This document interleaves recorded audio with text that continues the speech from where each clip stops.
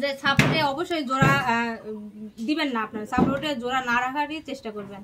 এবং সাপোর্টটা এরকম মানে অ্যাকুরেট হতে হবে, মানে উপর থেকে যা লেন্থ আছে অ্যাকুরেট একটাই লেন্থ হবে, কোথাও জোড়া দেওয়া যাবে না। সবগুলো ভার্টিক্যাল ভাবে একই গ্রিড লাইনে 2 ফিট পর পরই থাকতে হবে। একদম অগোছালো ভাবে সাপোর্টগুলো কিন্তু দেওয়া হয়েছে। দেখবেন যে এই সাপোর্টটা রয়েছে ওইখানে এবং এর প্লেসমেন্টের যে গোড়াটা রয়েছে সেটা কিন্তু এইখানে, মানে কতটা অ্যাঙ্গেল হয়ে গেছে আপনারা কিন্তু দেখতে পাচ্ছেন। তো এগুলো প্রত্যেকটা কিন্তু মানে খুব বাজেভাবে এই সাপোর্টগুলো একদম দেওয়া হয়েছে এবং এগুলো কিন্তু যখন বেশি লোড করবে এগুলো যে কী হবে আমি জানি না। তো আর একটা বিষয় যে এখানে কিন্তু ভাই কিন্তু আগেই কিন্তু মেঝেটা কিন্তু ঢালাই দিয়ে নিছে।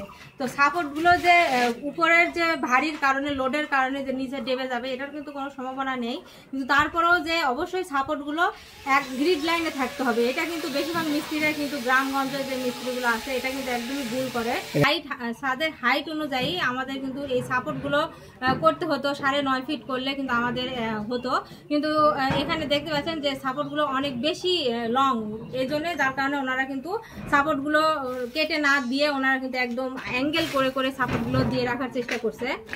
একদম খুবই বাজে একটা কাজ হয়েছে। আপনারা দেখতে পাচ্ছেন সাপোর্টগুলো কখনো অ্যাঙ্গেল করে দেওয়া যাবে না।